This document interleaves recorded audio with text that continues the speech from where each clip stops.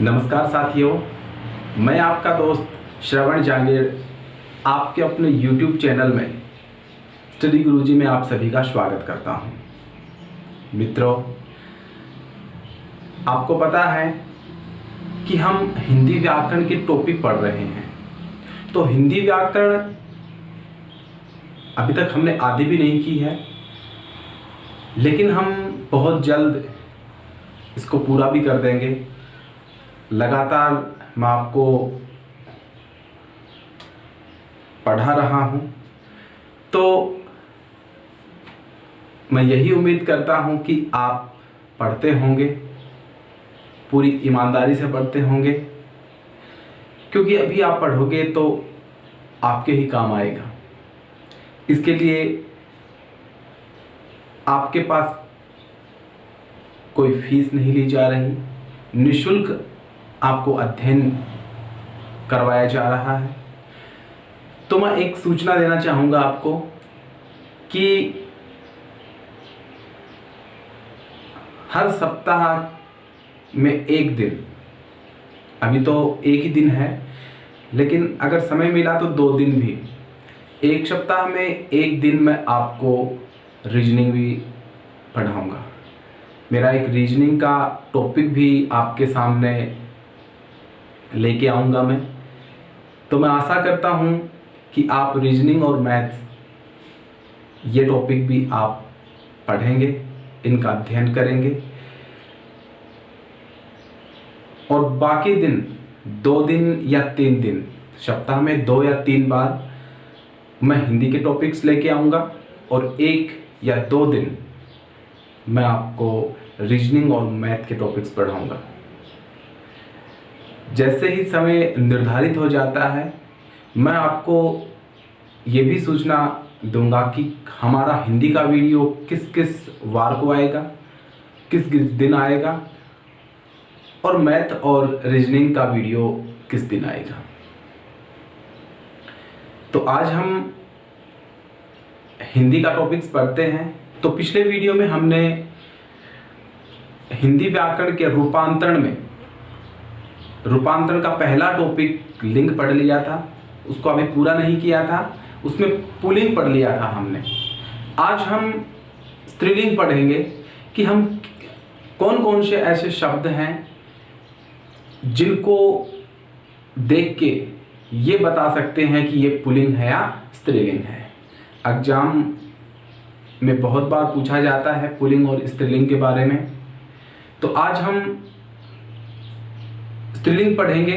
Pulling हमने पहले वाले वीडियो में पढ़ा दिया है। अगर आपने हमारे वीडियो को नहीं देखा है, आप हमारे चैनल पर नए हैं, तो उस वीडियो का लिंक है वो नीचे डिस्क्रिप्शन में दिया गया है। आप वहां से पिछला वीडियो यानी रूपांतरण का पहला टॉपिक लिंग, जिसमें हमने पुल्लिंग पढ़ाया था, उसका अध्ययन आप कर सकते हैं। उससे पहले भी मैंने बहुत से टॉपिक्स पढ़ाए हैं, उनका अध्ययन भी आप कर सकते हैं, अपने बच्चों को करवा सकते हैं। तो साथियों, अभी तक आपने हमारे चैनल को सब्सक्राइब नहीं किया है, तो सबसे पहले आप हमारे चैनल को सब्सक्राइब कीजिए, घंटी के निशान को दबाएं, ताकि हमारी वीडियो के नोटिफिकेशन आपके पास सबसे पहले पहुंच सके। तो शुरू करते हैं आज का अध्ययन। तो हमने लिंग निर्णय में पुल्लिंग पढ़ लिया था। आज हम स्त्रीलिंग के कुछ नियम पढ़ेंगे। दूसरा हमारा टॉपिक है लिंग में स्त्रीलिंग, या यूं कह सकते हैं कि लिंग के 2 भेद हैं, पुल्लिंग और स्त्रीलिंग। पुल्लिंग को हमने पढ़ लिया था, आज हम स्त्रीलिंग पढ़ेंगे। स्त्रीलिंग कौन कौन से शब्द स्त्रीलिंग होते हैं, पुल्लिंग हमने पिछले वीडियो में पढ़ लिए हैं, तो आज हम स्त्रीलिंग का अध्ययन करेंगे। तो देखिए, स्त्रीलिंग 1 नंबर, कौन कौन से टॉपिक होंगे या कौन कौन से शब्द होंगे जिसे आप समझ पाएंगे कि ये शब्द है, ये स्त्रीलिंग है या पुल्लिंग है। ठीक है, तो स्त्रीलिंग के बारे में पढ़ते हैं। तिथियों,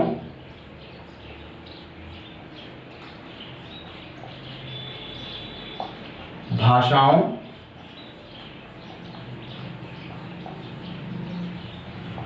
लिपियों,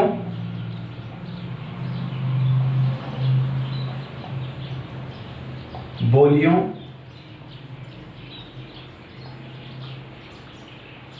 के नाम।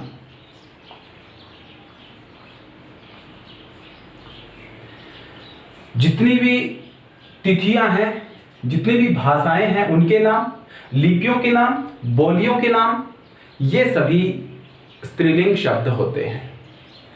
दूसरा हमारा है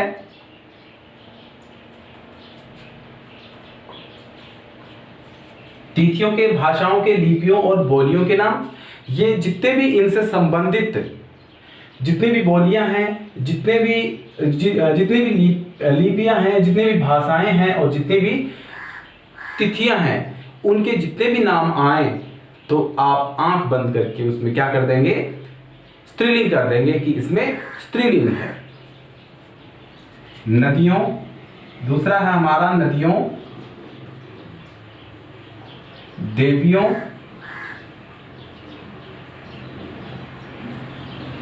यानी नदियों के नाम, जितने भी नदियां हैं उन सभी के नाम, देवियों के नाम, महिलाओं के नाम और लताओं के नाम।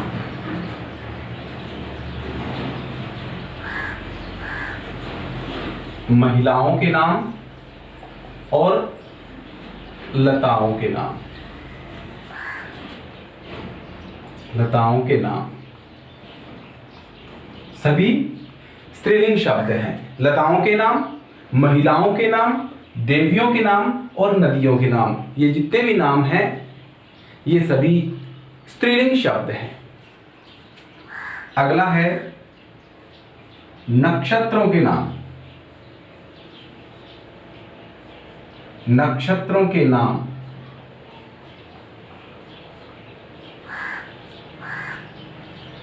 हस्त और पुष्प, हस्त और पुष्प, इन दो नक्षत्रों को छोड़ करके, हस्त और पुष्प, हस्त और पुष्प जो नक्षत्र हैं वे पुल्लिंग शब्द हैं। हस्त और पुष्प को छोड़ करके सभी जो नक्षत्र हैं उनके नाम स्त्रीलिंग है, चाहे वो रोहिणी नक्षत्र हो, चाहे अश्विनी नक्षत्र हो, ठीक है, ये सारे नक्षत्र हैं, ये स्त्रीलिंग शब्द हैं। केवल हस्त और पुष्प ये दो नक्षत्र ऐसे हैं, इनके नाम ऐसे हैं जो पुल्लिंग शब्द हैं। चौथा है व्यंजनों के नाम। व्यंजनों के नाम, व्यंजनों के नाम, व्यंजन क्या होते हैं, पकवान, जो हम खाते हैं वो पकवान होते हैं व्यंजन। तो व्यंजनों के नाम भी स्त्रीलिंग शब्द होते हैं, लेकिन कुछ अपवाद होते हैं। वो अपवाद कौन कौन से हैं, हलवा, भात और रायता, और रायता को छोड़ करके।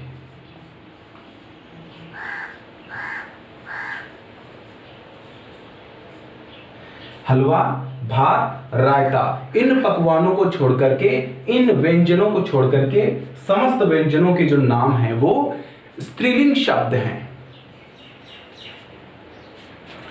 पांचवा है चंद्र बिंदु। चंद्र बिंदु से अंत होने वाले शब्द, अंत होने वाले शब्द,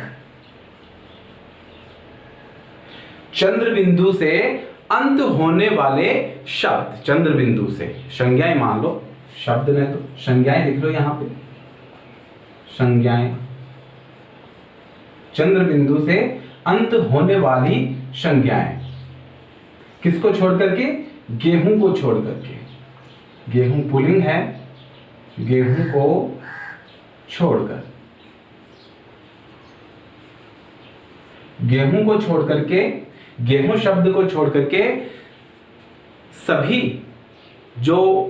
सभी संज्ञाएं जो चंद्र बिंदु से अंत होती हैं, अंत में जिसके चंद्र बिंदु आता है, जैसे खड़ाऊ है, जड़ाऊ है, खड़ाऊ, जड़ाऊ, खड़ाऊ, जड़ाऊ,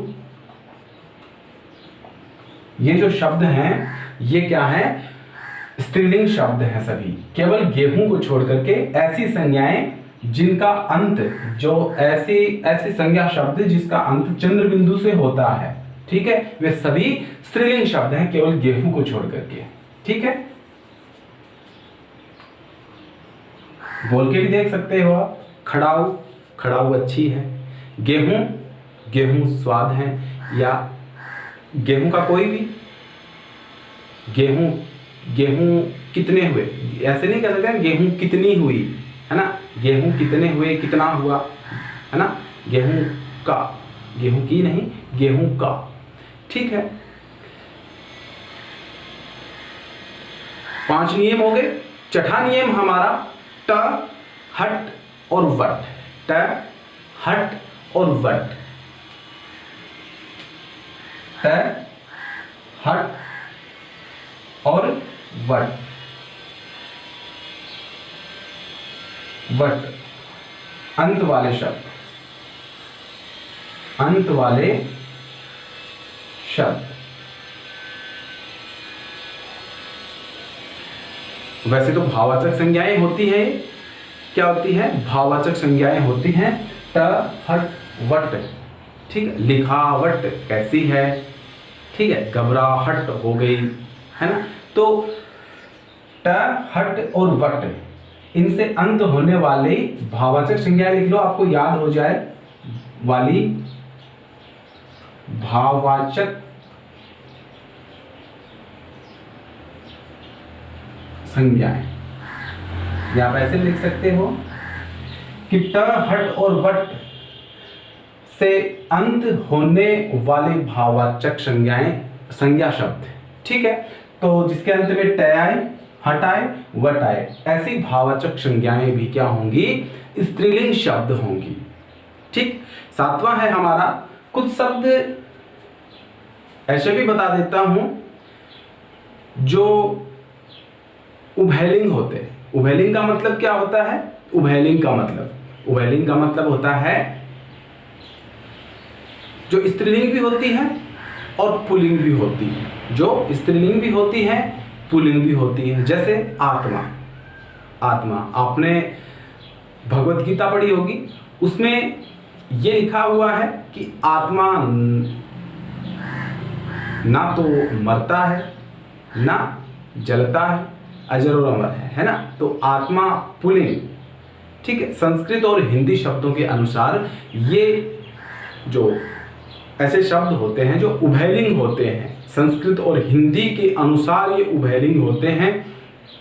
ऐसे शब्द जो स्त्रीलिंग भी हैं और पुल्लिंग भी हैं, वे शब्द क्या कहलाते हैं, उभयलिंग कहलाते हैं। जैसे वायु, आत्मा, दही, कलम। ठीक है, 7वां हमारा, ऐसे शब्द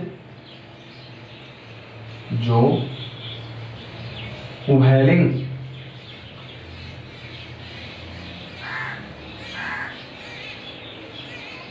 होते हैं, ऐसे शब्द जो उभयलिंग होते हैं,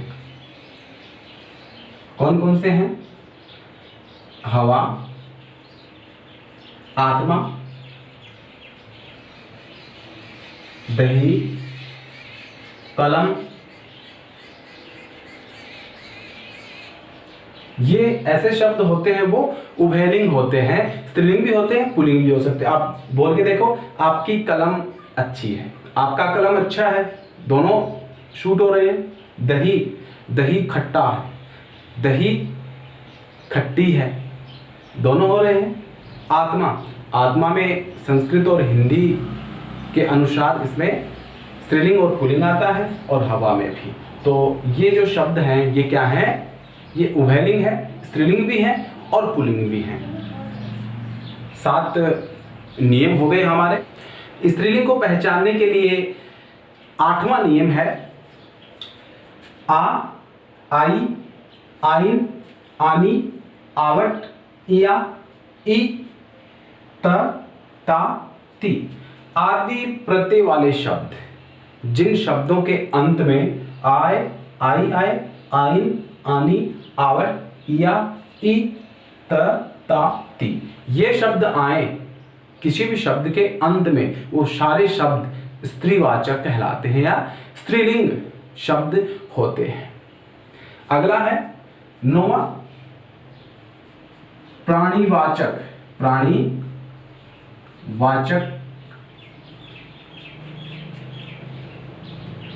प्राणीवाचक शब्द जिसमें धाय, सूती, सेना, फौज,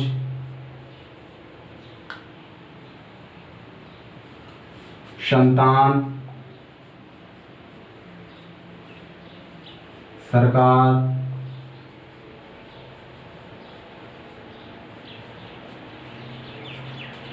संतति,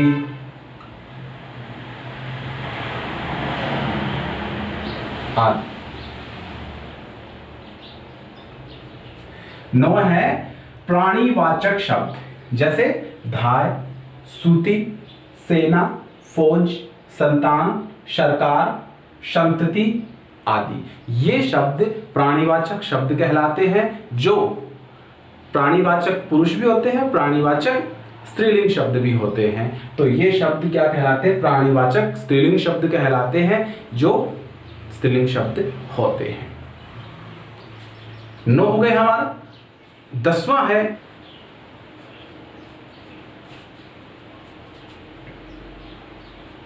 संस्कृत के इमा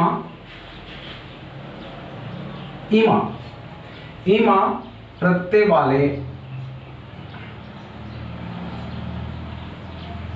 शब्द। संस्कृत के इमा प्रत्यय वाले शब्द भी स्त्री लिंग शब्द कहलाते हैं। इमा जैसे महिमा, गरिमा, ये शब्द स्त्रीलिंग शब्द कहलाते हैं। तो ये हमारे 10 स्त्रीलिंग को पहचानने के लिए 10 नियम बता दिए मैंने आपको। इन नियमों को आपको ध्यानपूर्वक पढ़ना है, सीखना है, ताकि आपको याद रहे, याद रखना है, आपको पता चल सके कि स्त्रीलिंग शब्द कौन कौन से हैं। जितने भी नियम बताए हैं मैंने, चाहे वो पुल्लिंग के हो चाहे स्त्रीलिंग के हो, वो आपको याद करने हैं। ठीक है, स्त्रीलिंग के ये 10 नियम आपको बता दिए। अब मैं आपको बताऊंगा लिंग परिवर्तन। हम लिंग परिवर्तन कैसे करेंगे, उनके भी मैं कुछ आपको नियम बताऊंगा। उन नियमों के आधार पर आप लिंग परिवर्तन कर सकते हैं। चलिए अब लिंग में आगे बढ़ते हुए हम अध्ययन करते हैं लिंग परिवर्तन का। हम लिंग को कैसे बदलेंगे, पुल्लिंग को स्त्रीलिंग और स्त्रीलिंग को पुल्लिंग में किस प्रकार से बदलेंगे, उसके कुछ नियम हैं, वो मैं आपको बताता हूं। देखिए, पहला नियम है शब्द के अंत में ए के स्थान पर आ कर देंगे, यानी ए को किस में बदल देंगे? आ में बदल देंगे, जिससे हमारा लिंग है वो चेंज हो जाएगा। जैसे अनुज, लास्ट में अंत में क्या है, इसके शब्द के अंत में है ए की जगह आ कर दे, अनुजा, अनुजा हो गए। राम, ए है इसमें, आ लगा देंगे, रामा। ठीक है, तो अनुज का अनुजा हो गया, राम का रामा हो गया। शिष्य, शिष्या हो गया। छात्र, छात्रा हो गया। ऐसे बहुत से नाम हैं जिनको ए के स्थान पर आ करने से स्त्रीलिंग शब्द बन जाएगा। अगला नियम है हमारा, शब्द के अंत में अ या आ को, ए आए या आ आए को ई, कौन सी ई? बड़ी ई में बदलकर, शब्द के अंत में जो ए आए या आ आए उसको बड़ी ई में बदलकर हम स्त्रीलिंग शब्द बना सकते हैं। जैसे देव, ए आया यहां पे, ए आया है, इसकी जगह बड़ी ई कर दिया, देवी हो गया, स्त्रीलिंग शब्द हो गया। लड़का आया है, आ को हमने ई लगा दिया, लड़की हो गया, हो गया। तीसरा नियम है हमारा, शब्द के अंत में आ को इया में बदलकर, शब्द के अंत में आ आएगा, आ की जगह हम इया प्रत्यय लगा देंगे, इया में बदलकर इया लगा देंगे आ की जगह। जैसे कुत्ता, आ की जगह है इया लगा दिया, छोटी ई और या, कुतिया। बूढ़ा, बुढ़िया। ये शब्द स्त्रीलिंग शब्द कहलाएंगे। ठीक है, कैसे? शब्द के अंत में आ को, शब्द के अंत में आ को या आ के स्थान पर इया का प्रयोग करके हम स्त्रीलिंग शब्द बना सकते हैं। चूहा, चूहा, चूहिया, स्त्रीलिंग शब्द हो गया। चौथा है हमारा, शब्द के अंत में अक को इका में बदलकर, शब्द के अंत में क्या आएगा? अक आएगा। अक के स्थान पर हमें इका लगाना है, इका। इका लगाने से लिंग परिवर्तन हो जाएगा, स्त्रीलिंग शब्द बन जाएगा। जैसे गायक, अक आ गया, अक, इका लगा दिया तो गायिका हो गया। सेवक, इका लगा दिया तो सेविका। ए, वह में ए है और कै, अक, अक की जगह क्या लगा दिया? ई की मात्रा लगा दी और का लगा दिया, इका लगा दिया तो इसमें क्या हो गई? सेविका हो गई। तो शब्द के अंत में अक आता है, उसकी जगह इका लगाने से पुल्लिंग से स्त्रीलिंग बना सकते हैं। 4 नियम हो गए, कुछ और नियम है वो भी देखो। 5वां नियम है हमारा, शब्द के अंत में आनी प्रत्यय लगाकर, शब्द के अंत में हम आनी प्रत्यय लगा देंगे तो वो लगाने से शब्द है वो स्त्रीलिंग शब्द बन जाएगा। जैसे जेठ, जेठ के आगे आनी प्रत्यय लगा दिया, जेठानी हो गया। नौकर के आगे आनी प्रत्यय लगा दिया तो नौकरानी हो गया। ये स्त्रीलिंग शब्द बन गए। चौथा नियम है हमारा, शब्द के अंत में नी प्रत्यय लगाकर, शब्द के अंत में नी प्रत्यय लगा देंगे, नी प्रत्यय लगाने से स्त्रीलिंग शब्द बन जाएगा। जैसे शेर, शेरनी हो गया, नी प्रत्यय लगा दिया। सिंह, सिंघनी हो गया। और भी है, जाट के आगे नी लगा दो, जाटनी। ठीक है, तो स्त्रीलिंग शब्द बन जाएंगे नी प्रत्यय लगाने से। 7वां है हमारा, शब्द के अंत में बड़ी ई को इनी, इनी, छोटी ई और नी, इनी में बदलकर, शब्द के अंत में बड़ी ई आएगी, उसको छोटी ई और नी में बदलकर, इनी में बदलकर हम स्त्रीलिंग शब्द बना सकते हैं। जैसे स्वामी, इनी प्रत्यय लगाया तो मी छोटा हो गया, स्वामिनी। इनी लगा दिया तो इनी छोटा है तो छोटी हो गई ये मात्रा। ठीक है, तो स्वामिनी। तपस्वी, इनी प्रत्यय लगा दिया तो तपस्विनी हो गया। 8वां है, 8वां नियम, शब्द के अंत में आइन प्रत्यय लगाकर स्त्रीलिंग शब्द बना सकते हैं, आइन प्रत्यय लगाकर। जैसे ठाकुर, ठकुराइन। पंडित, पंडिताइन। ठीक है, तो ये शब्द हैं, ये आइन प्रत्यय लगाने से स्त्रीलिंग शब्द बन जाएंगे। 8 नियम हो गए। अगला हमारा 9वां, शब्द के अंत में वान को वती में बदलकर, शब्द के अंत में वान आएगा, उसको वती में बदलकर हम स्त्रीलिंग शब्द बना सकते हैं। जैसे भाग्यवान, वान आ गया, भाग्यवान, तो भाग्यवान की जगह वती कर दिया, भाग्यवती। गुणवान, वान की जगह क्या कर दिया? वती। गुणवान की जगह है गुणवती। तो ऐसे स्त्रीलिंग शब्द बना सकते हैं, वान की जगह है वती लगाकर। 10 का नियम है हमारा 10वां, शब्द के अंत में इन प्रत्यय लगाकर, शब्द के अंत में इन प्रत्यय लगाने से भी स्त्रीलिंग शब्द बन जाएगा। जैसे लुहार, लुहार, लुहारिन। माली, मालिन, इन लगा दिया, लुहार के आगे इन लगा दिया, लुहारिन हो गया। स्त्रीलिंग शब्द बन गया। माली के आगे इन लगा दिया, मालिन हो गया। धोबी के आगे इन लगा दिया, धोबिन हो गया। ये शब्द स्त्रीलिंग शब्द बन जाएंगे इन प्रत्यय लगाने से।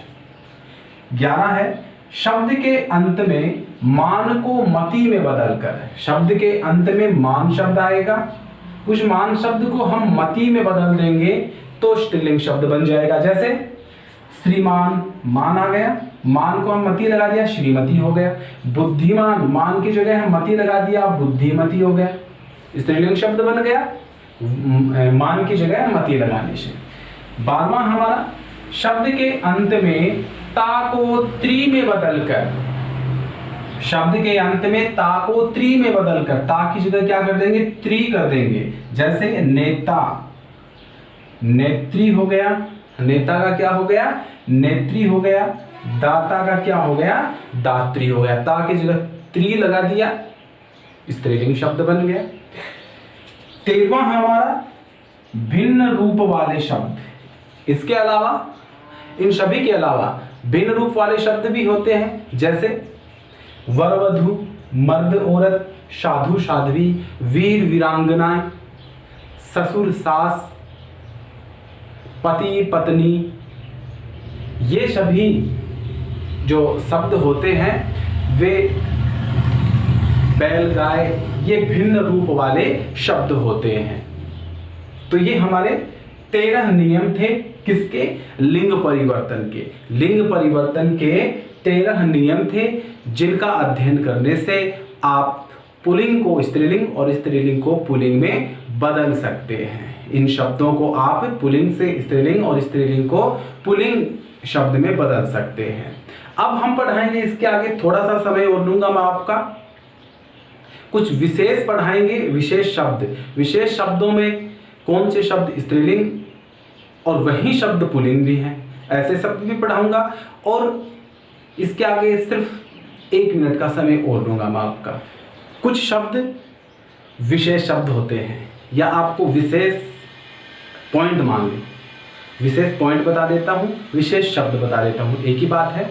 देखिए विशेष शब्द, पहला देखो, तारा देवता, तारा देवता और व्यक्ति। तारा देवता और व्यक्ति, ये संस्कृत में जब इन शब्दों को देखेंगे हम तो संस्कृत में स्त्रीलिंग होते हैं और हिंदी में ये पुल्लिंग होते हैं। संस्कृत में क्या होते हैं, तारा देवता और व्यक्ति स्त्रीलिंग होते हैं और हिंदी में ये पुल्लिंग होते हैं। दूसरा है आत्मा, बूंद, देह, बाहु, ये संस्कृत में तो पुल्लिंग होते हैं और हिंदी में स्त्रीलिंग होती है। जैसे आत्मा है, आत्मा, आत्मा आप शुद्ध संस्कृत में अगर भगवत गीता पढ़ोगे तो उसमें आत्मा को पुल्लिंग रूप में बताया गया है, लेकिन हम हिंदी में पढ़ते हैं तो आत्मा ना कभी मरती है, ठीक है, लेकिन उसमें संस्कृत में आत्मा ना कभी मरता है, ऐसे आएगा। तो ये शब्द है आत्मा, बूंद, देह, बाहु, ये संस्कृत में तो पुल्लिंग होते हैं और हिंदी में क्या होते हैं, स्त्रीलिंग होते हैं। तीसरा है संस्कृत में इमा, इमा प्रत्यय वाले शब्द। संस्कृत के जो इमा प्रत्यय वाले शब्द हैं जैसे महिमा, गरिमा और लघिमा, ये पुल्लिंग होते हैं। किसमें, संस्कृत में तो पुल्लिंग होते हैं और हिंदी में क्या होते हैं, स्त्रीलिंग होते हैं। हिंदी में क्या होते हैं, स्त्रीलिंग होते हैं, ठीक है। ये विशेष शब्द थे। अब विशेष शब्दों के बाद में मैं आपको कुछ ऐसे शब्द बताऊंगा जो पदवाची होते हैं। कौन से होते हैं, पदवाची, पदवाची शब्द। पदवाची शब्द वे होते हैं जिनमें लिंग के अनुसार कोई परिवर्तन नहीं होता है, चाहे पुल्लिंग में बोलो चाहे स्त्रीलिंग में बोलो, उनमें कोई परिवर्तन नहीं होता है, पदवाची शब्द कहलाते हैं। वो शब्द कौन कौन से हैं, राष्ट्रपति, राष्ट्रपति, प्रधानमंत्री, मंत्री, अध्यक्ष,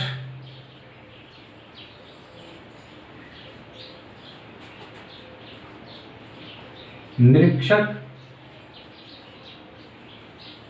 राष्ट्रपति, प्रधानमंत्री, मंत्री, अध्यक्ष, निरीक्षक, डॉक्टर,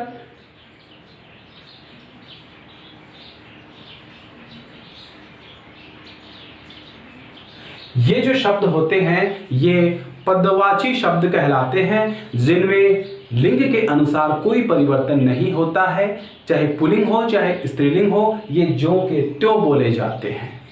तो ये रूपांतरण में पहला टॉपिक लिंग का पूरा हो चुका है हमारा। तो साथियों, आपको हमारा ये टॉपिक कैसा लगा कमेंट करके जरूर बताएं। अच्छा लगा हो तो वीडियो को लाइक करना, अपने दोस्तों के साथ शेयर करना। मिलते हैं अगले वीडियो में, तब तक के लिए गुड बाय। जय मां भारती, जय हो।